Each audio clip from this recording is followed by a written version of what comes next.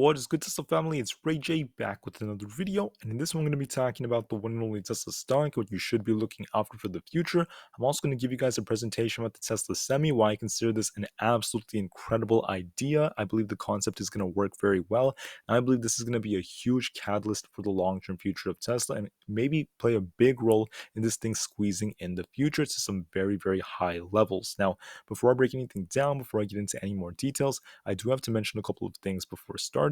Firstly, I'm not a financial planner, so take none of this as financial advice whatsoever. And also, if you guys can, please smash the like button if you want to see more videos like this. It not only benefits me, it benefits the entire Tesla community as a whole. And the last things, if you guys can, please check out the Moomoo link down below and in the description. If you sign up for Moomoo, the link down below, and deposit $100 into the account, you're guaranteed up to 15 free stocks, each worth up to $2,000. And the best part is you'll also have the chance to win $60,000. So please check it out before they run out. Offer ends in just 2 weeks. With that out of the way, let's get on with the video. So looking at Tesla, this thing's currently around that $194 zone. And what's interesting about it is we're very low compared to our all-time high. Now, looking at Tesla's all-time high adjusted for the splits, it's going to be at about $400 a share. And I believe that Tesla has the potential to break past thousands of dollars a share as time goes on. And I say this not just because of the fact that I am personally a Tesla investor, but I'm also saying this because of the fact that I'm seeing amazing growth in the company, big projections, and amazing innovation that's going to really help the share price. We're not just talking about robots. We're not just talking about, big technologies to come out. We're also talking about them keeping their words. So I know that Tesla does not always meet deadlines. A lot of things have been delayed over the last couple of years, but what's good about the company is many big investors, they like to price things in advanced because the market is so forward looking, and Tesla also eventually delivers on their words. And one example of this is going to be the Tesla Semi. Now, I just want to note one last thing before I talk about it. Looking at the share price, I don't want to make it seem like, the bottom is completely in for Tesla, because I do believe the market could see more downside in 2023. So with that said, you could, if a person were to buy in these zones, it's still a very awesome place to be buying for the long-term future. But if more downside comes, one could always dollar cost average. Not financial advice, by the way, but I wanted to just make that clear, okay? But either way, like I said, the long-term future is still very bright, and the Tesla Semi is just another example as to why I'm still very bullish. So this thing is a monster. It's an absolute monster, and I was very impressed by what Tesla actually unveiled. Firstly, it goes 0 to 60 in 20 seconds. That's crazy for a truck that size. It has a very, very efficient amount of energy consumption per charge and has a range of 500 miles. That's incredible. Now, typically, these semis in America, especially diesel-powered ones, they can only like pull about 80,000 pounds worth of cargo, but this thing could actually do 82,000, and it's adjusted because of the fact that this thing is actually pretty heavy. You have to account for that.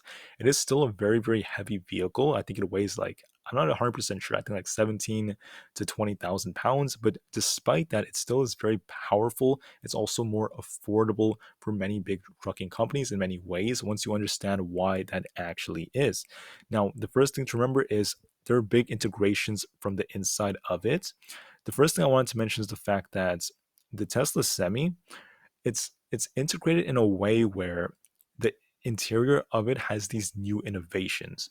So an everyday person, whether you're 5 feet tall or 6'2" like Elon Musk, or 6'1", however tall he is, I don't really know. But if you're a tall person or a relatively short person, you could still stand in this thing. That's the first thing that's incredible. I've never seen a semi that actually has that technology.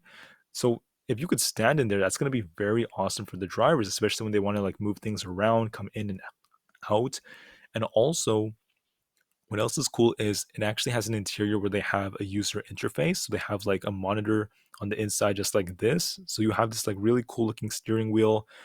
You could charge your phone wirelessly from this end, put things in the cup holders. It actually performs very similar to a car, because when you drive a semi, you have to shift gears to brake, and you have to get that right. And this thing is not like that. Everything is automated and everything's very simple. And as Elon Musk described, it's like driving a car, except it's not a car, it's a truck. So in my opinion, it's very awesome. And what else is interesting is they mentioned that it accelerates 0 to 60 in 20 seconds fully loaded. That's the crazy thing, fully loaded. And they actually tested it with 82,000 pounds of cargo. Now, one thing that you have to remember is the fact that these truck drivers, they don't always drive fully loaded. Sometimes they're only about 40% loaded, sometimes it's 70%. And that's just going to give this thing another big advantage, right? It's going to help its efficiency. It's going to help it become even more powerful. And also, it makes me more excited. Now, on top of that, they had more demonstrations of it going up very steep hills and also coming down. So when you go down the hill, instead of having to worry about inertia causing this thing to just ram into other cars, it has very powerful brakes, which are just as efficient, if not more efficient, than your conventional semi. And then the acceleration is also extremely powerful. It is an EV after all. It has, I think, close to like 1,000 horsepower. I have to double check that, but it has crazy high horsepower. It's a crazy, crazy, crazy monster. Now, on top of that, it's very safe. That's something that's very important. Like I mentioned, very, very good brake controls and motor controls as well. And the motor is very, very powerful in this thing. It also looks really nice. I mean, just look at the style of it. It looks very beautiful. I absolutely love it. The range is very good too. So what I like about it is they mentioned something very important. They mentioned the fact that it uses very low amounts of energy consumption, and they mentioned the fact that trucks account for about 18% of US vehicle emissions because they're constantly driving all the time. They're also huge. They use diesel. So from a global warming standpoint, this will actually help reduce carbon emissions, but it's also going to depend on the energy source that the electricity is coming from. I'm going to discuss that a little bit later, but the high range it has is incredible. And then they have these new chargers, all right, even more powerful chargers. What's good about them is they actually could recover up to 70% of the range in just 30 minutes using the semis chargers. They have a new charging system. They can recharge very, very fast, and that's absolutely incredible. Now, on top of that, they have a very, very low cost of ownership. All right, that's the one thing you have to remember. It's a lot more cheap to get electricity to actually recharge this thing. It's much cheaper. This has been calculated many times over. They approximated this at about 2.5 times cheaper per mile than refueling with diesel. However, I was looking at the very bottom and they were actually using diesel numbers based off California's diesel costs. So it may be a little bit lower, but it also depends on other factors. But like I said before, it still is not changing the fact that this is more affordable. It's going to be cheaper. It's going to save operators about $200,000 in their first 3 years, according to their calculations, maybe even more. But like I said, guys, very, very awesome news. And on top of that, we're also seeing the fact that it could also fix many, many big problems with over-the-air software updates, very similar to a Tesla. With fewer moving parts to maintain, operators will spend less time at service centers and more time on the road. That's awesome too, right? This is the presentation. It was very, very cool. And we have some specs over here. I think the range is about 300 to 500 miles, but typically I think they mentioned it can go 500 miles with the 82,000 load. I think it should say 500, but there could be adjustments, maybe depending on slopes and things like that. Energy consumption, relatively low per mile. I'm liking the acceleration. That's absolutely incredible too. Fast charging, saving lots of money on fuel. Speed, it could speed up a 5% grade highway speed limit. That's also very good. And has three independent motors on the rear axles. So once again, very efficient system. I really like that. And finally, I think there's not much else there. I want to mention another important thing that Elon Musk mentioned, and that's the fact that people were able to, I think, pre-order them. So that's also very cool. More people are going to be able to buy them. And I think they also mentioned the fact that there's actually not much else that they said here. But in the presentation, Elon Musk also mentioned that driving one of these is going to be very simple and make things a lot easier for the driver. So with Tesla partnering with like Pepsi and providing these with Pepsi, delivering them for the company, what could happen is you have this new integrated system where you have a driver. They drive about whether it's 300 to 500 miles, depending on the terrain and other factors. They could drive tons of miles. They could take maybe a few hour of a break, maybe like it's a 1 hour or 2 hour break, fully charge this thing, then keep going on from there. And they can even like switch drivers at certain checkpoints. And also, what you could do is if you have to make like a very, very long trip, you can have a driver drive for a couple, many hours, get to the checkpoint, take a rest, and then during the rest, charge the whole thing, and you're ready to go. Right? It's going to be very, very amazing. The speed of this thing is crazy. The acceleration is awesome. The comfort of it is very nice. The fact that it has a touch screen inside of a truck is very, very cool. There's so many cool specs about it. And I could really see this working. The only thing, the only like major issue that this could actually lead to would be how we actually get this energy, right? In fact, I don't even consider that a major issue. That's like kind of an obstacle in a way, because this energy that you're going to use, you need more energy to charge these things. And this is where the external factor comes in. Where's the energy going to come from?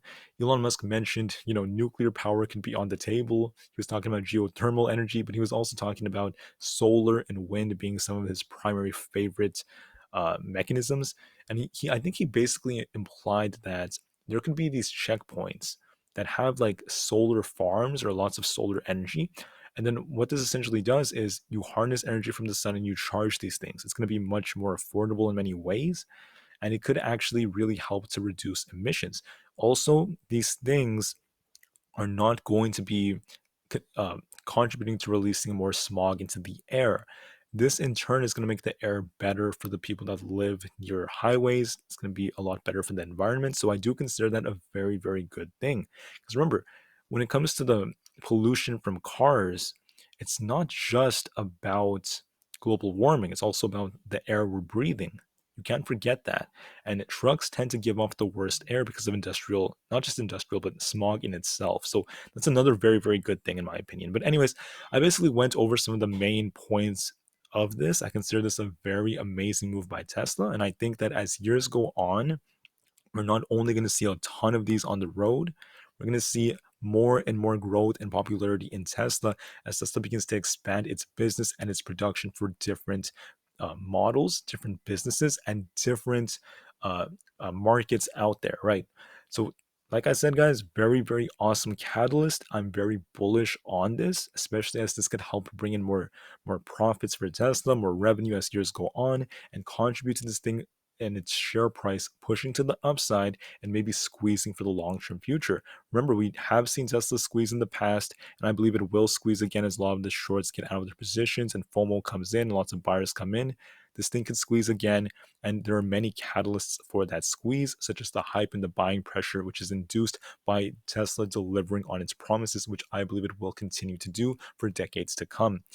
Like I said, thank you all for listening. Enjoy the rest of your weekend. Remain calm, cool, and collected. And I'll see you guys in the next one. Tesla to the moon because the long term future is still incredibly bright. And peace out.